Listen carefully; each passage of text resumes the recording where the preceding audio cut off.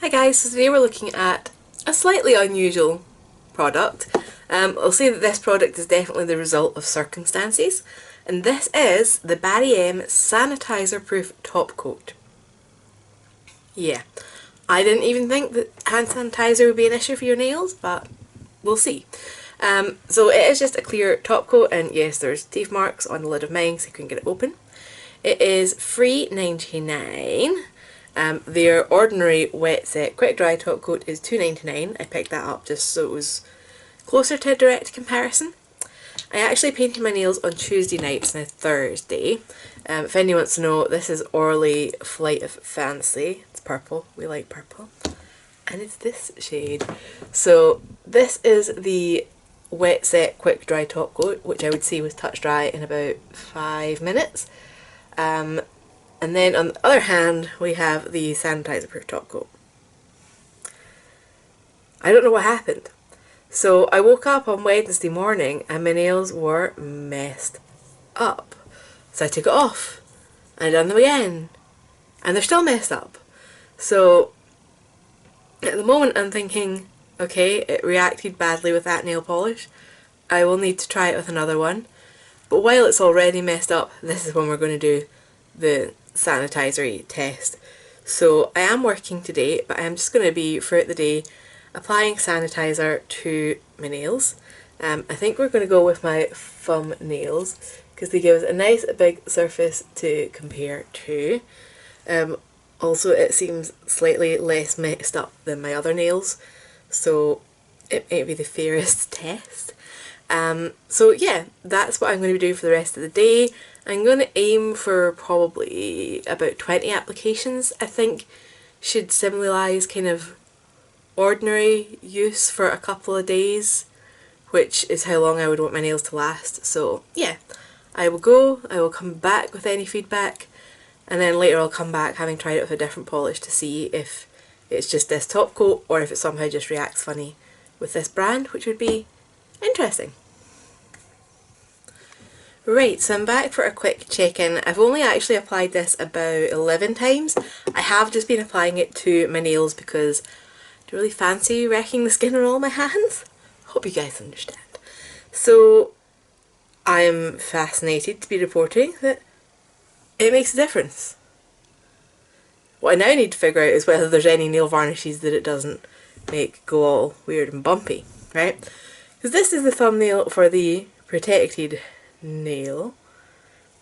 Now what was interesting was this talked about maintaining the vibrancy of your nail varnish, so I was expecting some kind of fading, either the colour or the glossy finish, but actually, hope you guys can see this properly, it started to peel up on the edge there. Look at that! Like, you can see under my nail varnish. So yeah, it's like I can actually like grab that edge. So that was a thing I did not expect. That being said, I'm going to go for a shower just now. I'm slightly tempted to keep applying it just to see how peely it'll go. Maybe after my shower I'll do that just for funsies. If it gets any worse I'll come back and show you. If not, I'll repaint my nails with a different brand of nail polish and see if, you know, see if this behaves normally with that. Because yeah, if I can find a brand this does work with, this could be useful for some people. I'm working from home at the moment, so I actually don't have that much of a reliance on hand sanitizer. I have access to soap and water all the time. But yeah, it could be an interesting product depending on your job, so I will continue to investigate. Right, so it's a tiny bit later, I've had a shower and I've put another couple, I think we're now at about 16 applications of the antibacterial hand gel, and yeah, I would say we've got even more peeling kind of shrinkage around the edge than we had before. I'm not sure what's the best angle, so I'm just going to show you all of them. But yeah, there's definitely some damage to the polish from this. So yeah, I never really thought about whether sanitizer would affect my manicure, but now I have. So next up is making sure this has at least one formula of nail varnish, that it doesn't kind of corrupt and go all bumpy, because that's not good. I mean, I guess if it doesn't work with any polishes, it could at least be a protective layer on your nails if you're only allowed to wear clear polish at work and you're in a job where you might use more sanitizer. But yeah, we'll see what we can find with it. Right, so back for the conclusion of the sanitizer proof top coat experiment. If you're subscribed to my channel, you might have noticed a gap in the videos.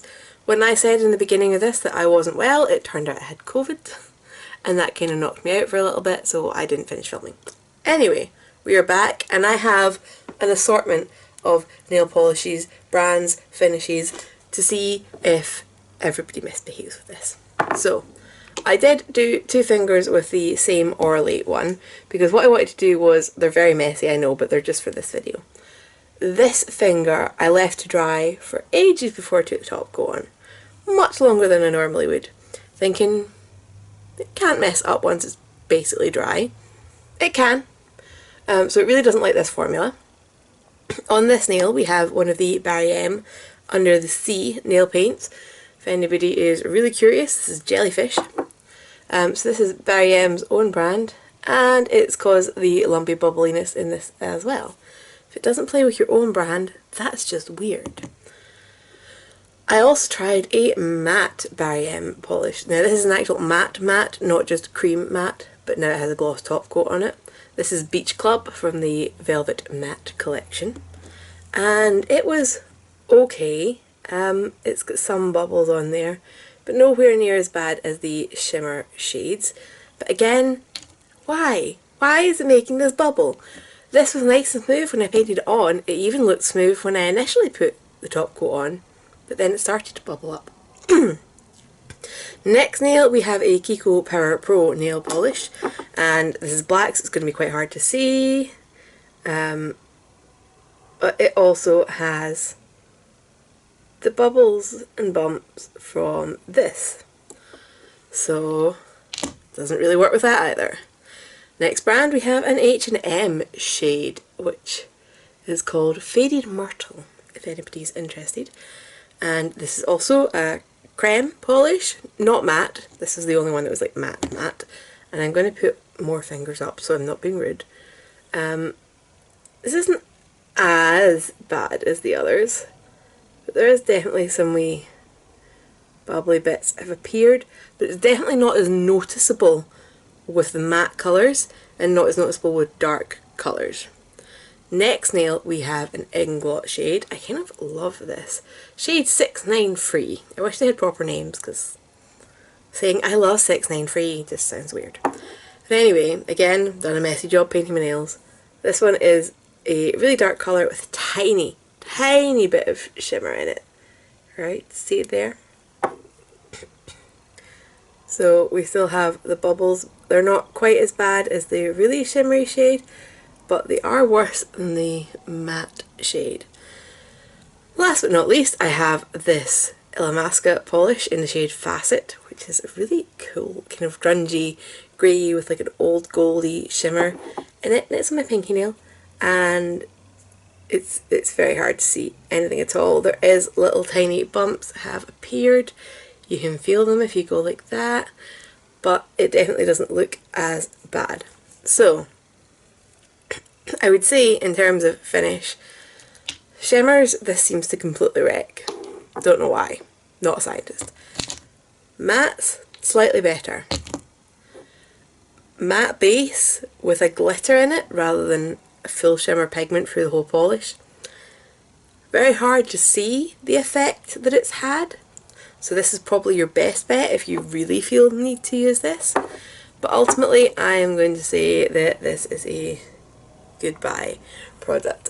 And not even just in the goodbye category of, oh well, I might use it up at some point. This is absolutely going in the bin. There is no point taking the effort to paint your nails if you're going to paint something on top of it that makes it look crap. So I shouldn't have swore. But anyway, that is my opinion. I do not think this is a good product at all. If you've got any questions, leave those down below. If you've tried this and had success with it. Please tell me what brand. I'm fascinated. If I find one that it does work with, I might sit down and try and like work out what the ingredient is that it doesn't like and is missing from that polish. But I'm away to take off my wonky, mismatched, bumpy, bubbly nails, and I will see you guys in the next one. Bye.